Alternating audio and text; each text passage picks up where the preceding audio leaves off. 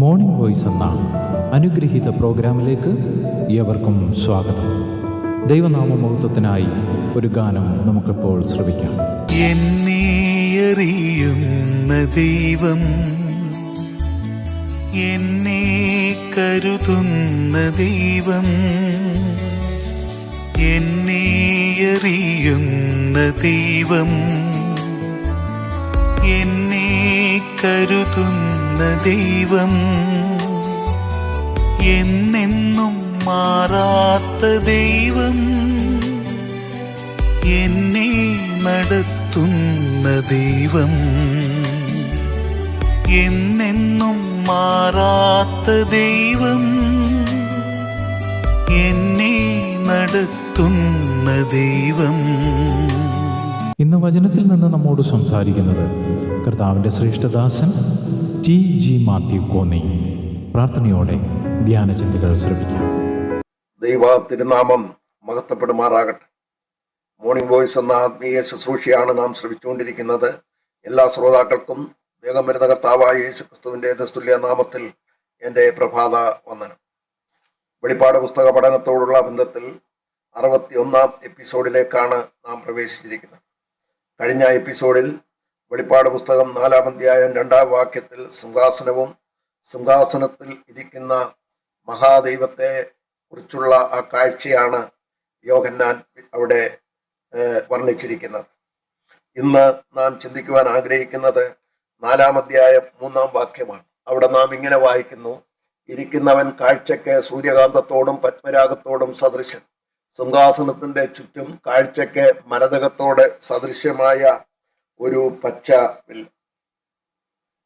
സിംഹാസനത്തിൽ ഇരിക്കുന്നവൻ കാഴ്ചയ്ക്ക് സൂര്യകാന്തത്തോടും പത്മരാഗത്തോടും സദൃശൻ എന്നുള്ള ഒരു വിശേഷണമാണ് നമുക്ക് ആ ഭാഗത്ത് കാണുവാൻ കഴിയുന്നത്.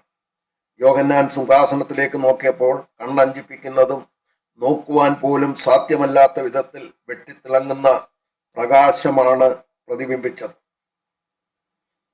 ദൈവത്തെക്കുറിച്ച് ബൈബിളിൽ അനേക വിശേഷണങ്ങൾ രേഖപ്പെടുത്തിയിരിക്കുന്നതായിട്ട് നമുക്ക് കാണുവാൻ കഴിയുന്നുണ്ട്. അതിൽ ഒന്നാണ് 1 യോഹന്നാൻ 1-ാം അധ്യായം 5-ാം വാക്യത്തിൽ കാണുന്നത് ദൈവം വെളിച്ചമാകുന്നു എന്ന പ്രസ്താവന. ദൈവം സ്നേഹമാകുന്നു, ദൈവം വെളിച്ചമാകുന്നു. അനവധി പ്രസ്താവനകൾ നമുക്ക് ദൈവത്തെക്കുറിച്ച് ദൈവവചനത്തിൽ കാണുവാൻ കഴിയുന്നുണ്ട്.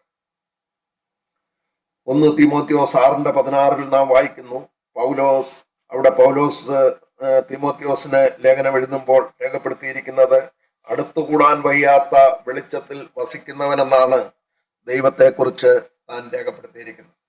അപ്പോൾ ദൈവം വെളിച്ചമാകുന്നു എന്നുള്ള ഒരു സത്യം ഈ വാക്യത്തിന്റെ അടിസ്ഥാനത്തിൽ നമുക്ക് മനസ്സിലാക്കുന്നതിനായിട്ട് സാധിക്കുന്നുണ്ട്. പൗലോസ് തൻ്റെ അനുഭവത്തിൽ കൂടെ ഈ കാര്യം പ്രസ്താവിക്കുന്നുണ്ട്. തൻ്റെ മാനസാന്തര സമയത്ത് അപ്പോസ്തല പ്രവൃത്തി 9-ാം അധ്യായത്തിൽ സൂര്യനെ വെല്ലുന്ന ഒരു പ്രകാശത്തെക്കുറിച്ച് അവിടെ പറയുന്നുണ്ട്. അത് തന്നെ ആ വിഷയം തന്നെ 26-ാം അധ്യായത്തിലേക്ക് വരുമ്പോൾ സൂര്യന്റെ പ്രകാശത്തെ കവിഞ്ഞൊരു വെളിച്ചം എന്ന് താൻ രേഖപ്പെടുത്തിയിരിക്കുന്നു.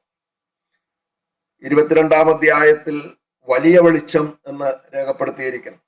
അപ്പോൾ ദൈവം വെളിച്ചമാണ് എന്നുള്ളതിൻ്റെ ഒരു തെളിവാണ് ഈ വാക്യത്തിൽ നിന്നും നമുക്ക് മനസ്സിലാക്കുവാൻ കഴിയുന്നത്. ഇവിടെ കാണുന്നത് സിംഹാസനത്തിൽ ഇരിക്കുന്ന ദൈവത്തെ സൂര്യകാന്തം, പത്മരാഗം എന്നീ വിലയേറിയ രത്നങ്ങളോട് സദൃശ്യപ്പെടുത്തിയിരിക്കുന്നു. സൂര്യകാന്തം ദൈവത്തിന്റെ വിശുദ്ധിയെയാണ് സൂചിപ്പിക്കുന്നത്. സങ്കീർത്തനം 104:2 നാം ഇങ്ങനെ വായിക്കുന്നുണ്ട്: വസ്ത്രം ധരിക്കും പോലെ നീ പ്രകാശത്തെ ധരിച്ചിരിക്കുന്നു. അപ്പോൾ ദൈവത്തിന്റെ പ്രകാശം, അടുത്തുകൂടാൻ വയ്യാത്ത വെളിച്ചത്തിൽ വസിക്കുന്നവൻ, ആ വലിയ ദൈവമാണ് നാം അറിഞ്ഞിരിക്കുന്ന, നാം മനസ്സിലാക്കിയിരിക്കുന്ന നമ്മുടെ ഉന്നതനായ ദൈവം എന്ന് കാണുവാൻ കഴിയുന്നുണ്ട്. പിന്നീട് പത്മരാഗത്തോട് സദൃശ്യപ്പെടുത്തിയിരിക്കുന്നു. പത്മരാഗം ചുവപ്പ് നിറത്തിലുള്ള വിലയേറിയ രത്നക്കല്ലാണ്. ഇത് ദൈവത്തിന്റെ നീതിയെയും ദൈവ ക്രോധത്തെയും വെളിപ്പെടുത്തുന്നു. വെളിപ്പാട് പുസ്തകം 6-ാം അധ്യായം മുതൽ ഈ ദുഷ്ടലോകത്തിൽ ചൊരിയുവാൻ പോകുന്ന ദൈവത്തിന്റെ ക്രോധത്തെയും ന്യായവിധിയെയും വെളിപ്പെടുത്തിയിരിക്കുന്നതായിട്ട് നമുക്ക് കാണുവാൻ കഴിയുന്നുണ്ട്. അപ്പോൾ സൂര്യകാന്തം ദൈവത്തിന്റെ വിശുദ്ധിയെ വെളിപ്പെടുത്തുമ്പോൾ, പത്മരാഗം ദൈവത്തിന്റെ നീതിയെയും ദൈവ ക്രോധത്തെയും വെളിപ്പെടുത്തുന്നു എന്നുള്ളത് നമുക്ക് കാണുവാൻ കഴിയുന്നുണ്ട്. അപ്പോൾ സിംഹാസനസ്ഥനായ ദൈവം കാഴ്ചയ്ക്ക് സൂര്യകാന്തത്തോടും പത്മരാഗത്തോടും സദൃശൻ എന്നുള്ളതാണ് നമുക്ക് കാണുവാൻ കഴിയുന്നത്. പിന്നീട് ആ വേദഭാഗത്ത് നാം ചിന്തിച്ചത് സിംഹാസനത്തിന് ചുറ്റും കാഴ്ചയ്ക്ക് മരതകത്തോടെ സദൃശ്യമായ ഒരു പച്ച വില്ല്. അപ്പോൾ സിംഹാസനത്തിൽ നിന്നും യോഹന്നാൻ തൻ്റെ ശ്രദ്ധ സിംഹാസനത്തിന്റെ ചുറ്റിലും തിരികെയാണ്. അവിടെ കാണാൻ കഴിയുന്ന കാഴ്ച മരതകത്തോട് സദൃശ്യമായ ഒരു പച്ച വില്ല്. ഇത് ദൈവത്തിന് മനുഷ്യരോടുള്ള ഉടമ്പടിയെ അഥവാ നിയമത്തെ സദൃശീകരിച്ചിരിക്കുന്നു. പച്ചവില്ല് ദൈവ മഹത്വത്തെയും ദൈവത്തിന്റെ വിശുദ്ധിയെയും സൂചിപ്പിക്കുന്നു എന്നുള്ളത് നമുക്ക് കാണുവാൻ കഴിയുന്നുണ്ട്. ഉൽപ്പത്തി പുസ്തകം 9-ാം അധ്യായം 13 മുതൽ 16 വരെയുള്ള വാക്യത്തിൽ നമുക്ക് അവിടെ നോഹയുടെ ആ ജലപ്രളയ സമയത്ത് ദൈവത്തിന്റെ ആ നീതി അവിടെ വെളിപ്പെടുത്തുന്നതായിട്ട് കാണുവാൻ കഴിയുന്നുണ്ട്. അപ്പോൾ അവിടെ ഇനിയും ദൈവം അവിടെ ഒരു ഉടമ്പടി ചെയ്യുകയാണ്, ജലപ്രളയത്താൽ മനുഷ്യനെ നശിപ്പിക്കയില്ല എന്നുള്ളത്. അപ്പോൾ അവിടെ അതിന് തെളിവായിട്ട് അവിടെ ഒരു പച്ച വില്ല് വെളിപ്പെട്ടു എന്ന് നമുക്ക് കാണുവാൻ കഴിയുന്നുണ്ട്. എന്നാൽ യെഹെസ്കേൽ പ്രവചനത്തിലും യോഹന്നാന്റെ ഈ വെളിപ്പാട് പുസ്തകത്തിലും നമുക്ക് കാണുവാൻ കഴിയുന്നത് അവിടെ ഒരു മഴവില്ല് സിംഹാസനത്തിന് ചുറ്റും നിൽക്കുന്നതായിട്ട് കാണുന്നതിനായിട്ട് സാധിക്കുന്നുണ്ട്.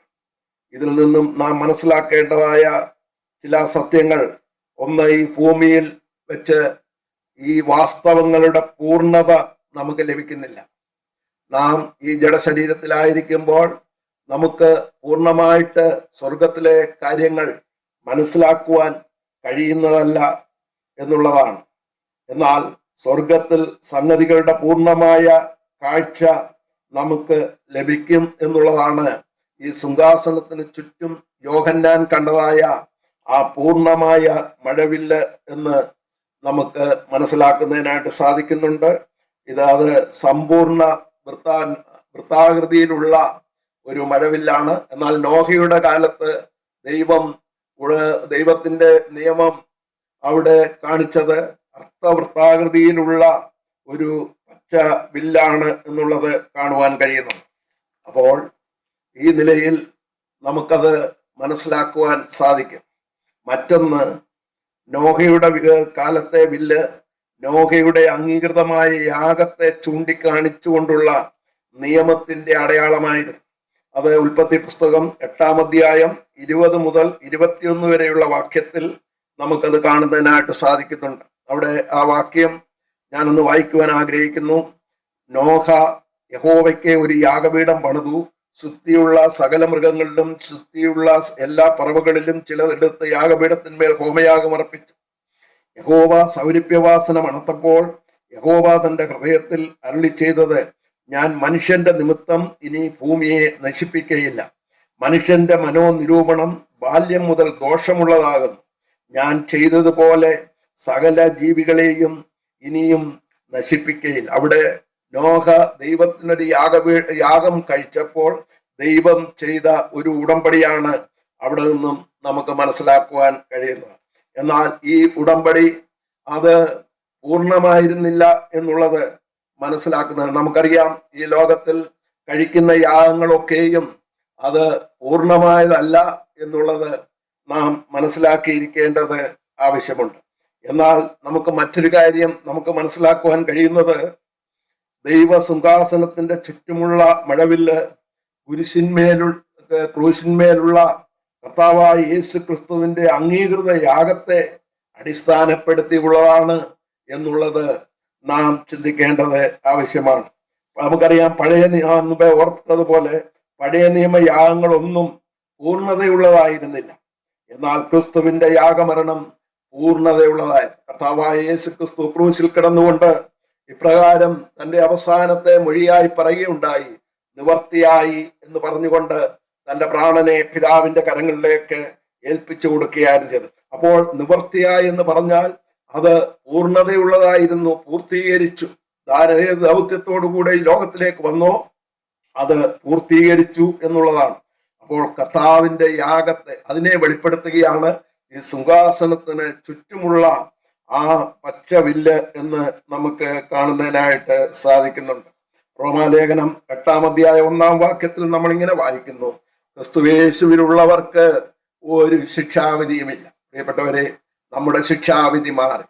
യോഹന്നാൻ കണ്ട കാഴ്ച, സ്വർഗത്തിലെ കാഴ്ച അതായിരുന്നു, പൂർണ്ണ വൃത്താകൃതിയിലുള്ളതായ ഒരു പച്ച വില്ല്. ആ നിലയിൽ നമുക്ക് നമുക്ക് ലഭിച്ചിരിക്കുന്ന ഈ വിലയേറിയ ഭാഗ്യത്തിനായിട്ട് സ്തോത്രം. ഇന്ന് ഭാഗികമായിട്ട് നാം ചില കാര്യങ്ങൾ മനസ്സിലാക്കിയിരിക്കുന്നെങ്കിലും അന്ന് സ്വർഗത്തിൽ അവിടെ വെച്ച് പൂർണ്ണമായ കാഴ്ച നമുക്ക് ലഭിക്കും. അതാണ് ഈ വാക്യങ്ങളിൽ കൂടെ നാം മനസ്സിലാക്കിയിരിക്കേണ്ടത്. ദൈവം നമ്മെ സഹായിക്കട്ടെ. നമുക്ക് പ്രാർത്ഥനയോടുകൂടെ ദൈവസന്നിധി നമ്മളെ തന്നെ പരിമേൽപ്പിച്ച് വിശ്വസ്തയോടെ ജീവിക്കാം. ദൈവനാമം മഹത്വപ്പെടുമാറാകട്ടെ. ആമേൻ. ഇതുവരെ ഞങ്ങളെ ശ്രദ്ധിച്ച എല്ലാവർക്കും വീണ്ടും വരുന്ന കർത്താവിൻ്റെ വിശുദ്ധമായ യേശു ക്രിസ്തുവിൻ്റെ നാമത്തിൽ ഞങ്ങളുടെ സ്നേഹവന്ദനം അറിയിക്കുന്നു. കർത്താവ് നമ്മളെല്ലാവരെയും അനുഗ്രഹിക്കുമാറാകട്ടെ. ആമേൻ. എന്നാലും കാക്കയിൻ വരവു നിന്നാലും, കേരീത്തുവറ്റി എന്നാലും കാക്കയിൻ വരവു നിന്നാലും, വറ്റാത്ത ഉറവുകൾ തുറക്കും എന്നെ നടത്തുന്ന ദൈവം. വറ്റാത്ത ഉറവുകൾ തുറക്കും എന്നെ നടത്തുന്ന ദൈവം. എന്നെ അറിയുന്ന ദൈവം, എന്നെ കരുതുന്ന ദൈവം, എന്നെന്നും മാറാത്ത ദൈവം, എന്നെ നടത്തുന്ന ദൈവം.